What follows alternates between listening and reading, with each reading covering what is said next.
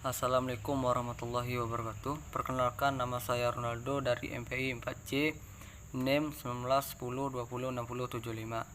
Bila di sini saya akan mereview atau menjelaskan tentang pembiayaan pendidikan, suatu kajian teoritis. Masalah pendidikan, misalnya, merupakan salah satu masalah bangsa yang belum dapat ditemukan solusinya secara tertulis. Jika kita mencermati dan ikut perkembangan pendidikan khususnya dalam hal biaya pendidikan sampai saat ini, biaya tersebut dirasakan semakin mahal.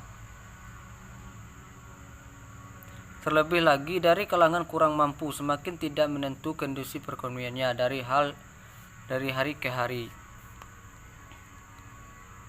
Selanjutnya, pembiayaan pendidikan merupakan tanggung jawab bersama antara pemerintah daerah dan masyarakat. Hal ini sesuai amanat UU SPN nomor 20 tahun 2003 pasal 46 ayat 1. Pembiayaan pendidikan merupakan hubungan saling keterkaitan yang di dalamnya terdapat komponen-komponen yang bersifat mikro dan makro pada satuan pendidikan.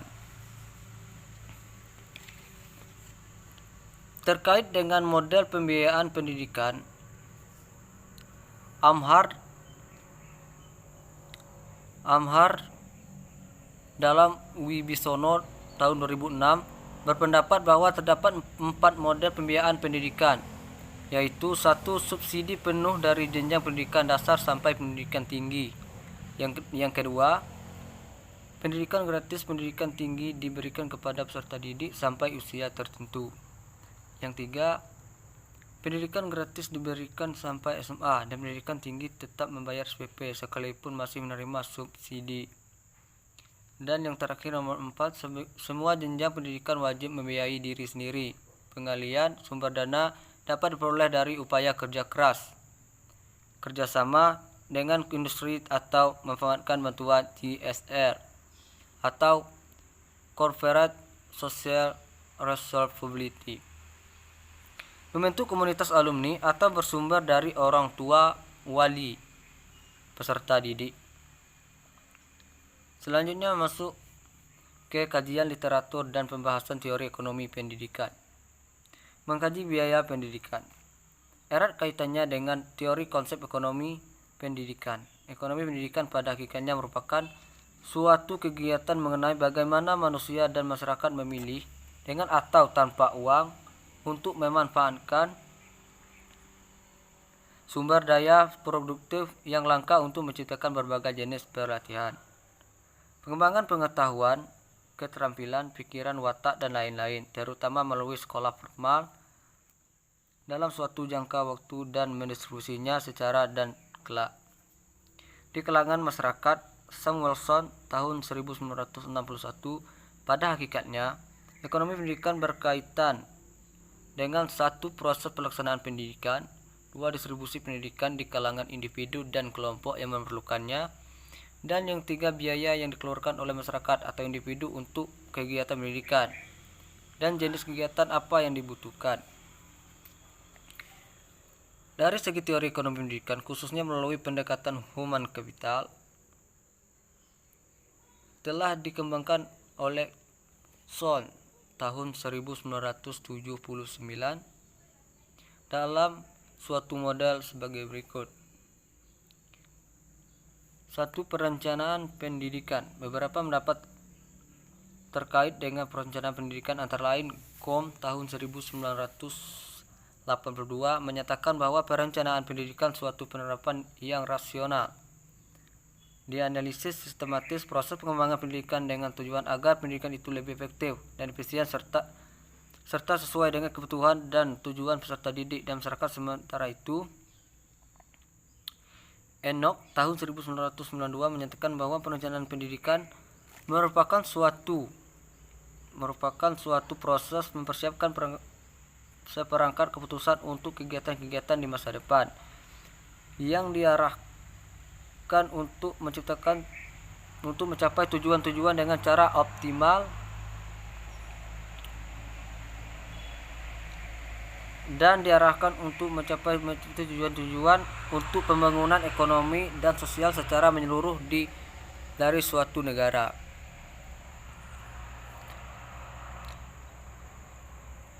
Secara konsepsional, perencanaan pendidikan sangat ditentukan oleh cara, sifat, dan proses pengambilan keputusan, sehingga nampak terdapat banyak komponen yang ikut proses di dalamnya. Adapun komponen-komponen yang ikut serta dalam proses tersebut yaitu tujuan pembangunan nasional bangsa yang akan mengambil keputusan dalam rangka kebijakan nasional dalam bidang pendidikan.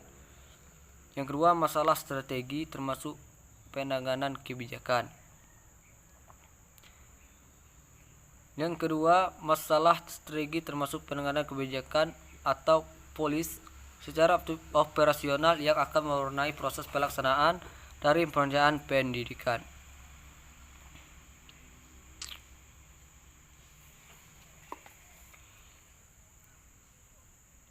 Selanjutnya, atas dasar beberapa pendapat tersebut dapat disimpulkan bahwa biaya dapat dimaknai sebagai suatu bentuk pengeluaran dalam satuan mata uang yang dikorbankan untuk memperoleh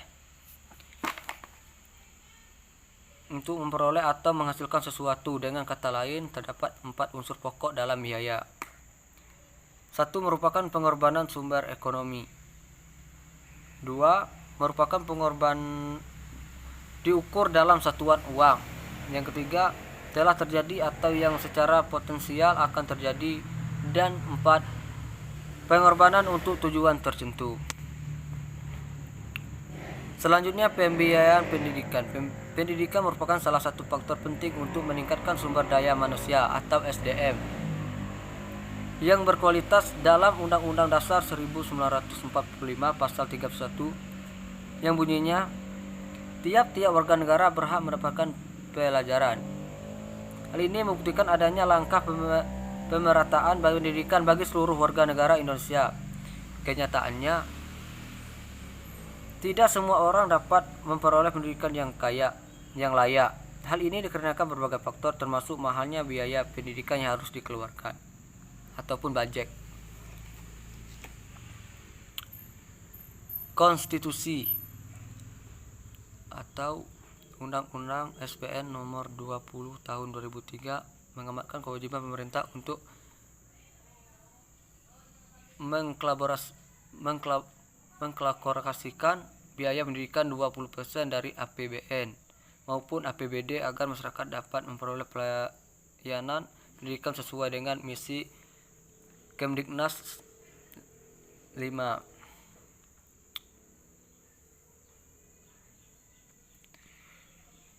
Selanjutnya, untuk dapat tercapai tujuan pendidikan yang optimal, misalnya salah satu hal yang paling penting yaitu mengelola biaya dengan baik sesuai dana kebutuhan yang diperlukan. Administrasi pembiayaan minimal mencakup administrasi, pelaksanaan, dan pengawasan. Penyaluran anggaran perlu dilakukan secara strategis dan integratif antara pemangku kependidikan atau stakeholder untuk mewujudkan kondisi ini. Selanjutnya, pembiayaan pendidikan terdiri atas biaya investasi, biaya operasi, dan biaya personal. Sulit Thontrum tahun 2010. Biaya investasi satuan pendidikan sebagaimana dimaksud di atas meliputi biaya penyediaan sarana dan prasarana, pengembangan sumber daya manusia atau SDM, dan modal kerja tetap. Lebih lanjut, biaya personal meliputi biaya pendidikan yang harus dikeluarkan oleh peserta didik untuk bisa mengikuti proses belajar secara teratur. Hal ini seperti misalnya gaji penduduk, gaji pendidik, dan tenaga kependidikan serta segala tunjangan yang melekat pada gaji. Selanjutnya, bahan atau peralatan pendidikan habis pakai dan biaya operasi pendidikan tak langsung berupa dana, air, jasa, atau telekomunikasi. Selanjutnya,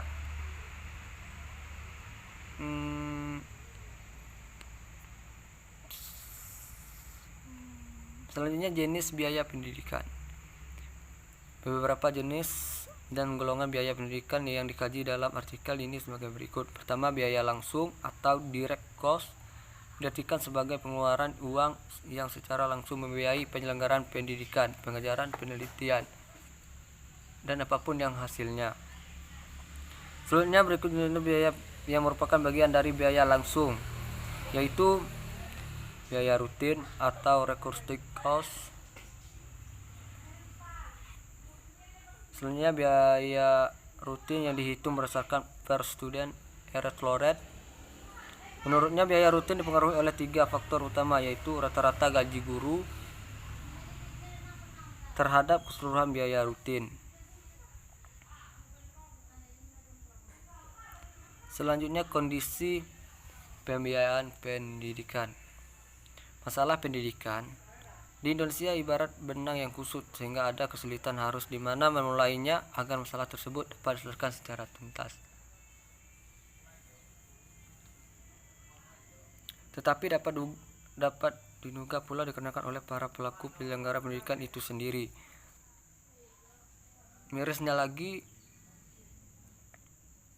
yang dapat menyamar pendidikan bermutu. Contohnya itu seperti berdasarkan hasil studi pembiayaan pendidikan di sekolah dasar negeri yang dilakukan Fatah tahun 1998, terungkap bahwa faktor-faktor internal sekolah memberikan kontribusi signifikan, bahwa mutu pendidikan itu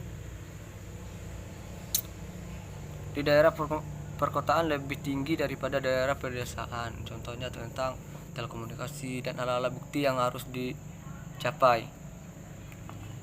Selanjutnya tentang faktor-faktor yang mempengaruhi biaya pendidikan. Menurut Iskandar tahun 2011, lembaga pendidikan sebagai produsen jasa pendidikan seperti halnya pada bidang usaha lainnya menghadapi masalah yang sama.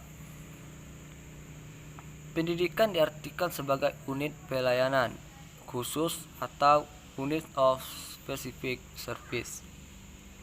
Unit output harus meliputi dimensi waktu, seperti tahun belajar atau jam belajar, agar biaya-biaya dapat bersikap output dibandingkan input. Input meliputi barang-barang yang dibeli,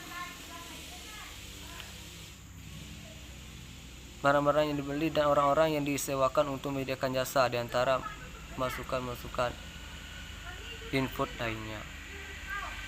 Selanjutnya masuk analisis biaya pendidikan. Biaya pendidikan di Indonesia merupakan salah satu masalah yang dirasakan masih krusial, meskipun masalah pembiayaan seutuhnya tidak sepenuhnya berpengaruh langsung terhadap kualitas pendidikan. Contohnya, dana sarana prasarana itu tidak mencukupi untuk aspek pendidikan.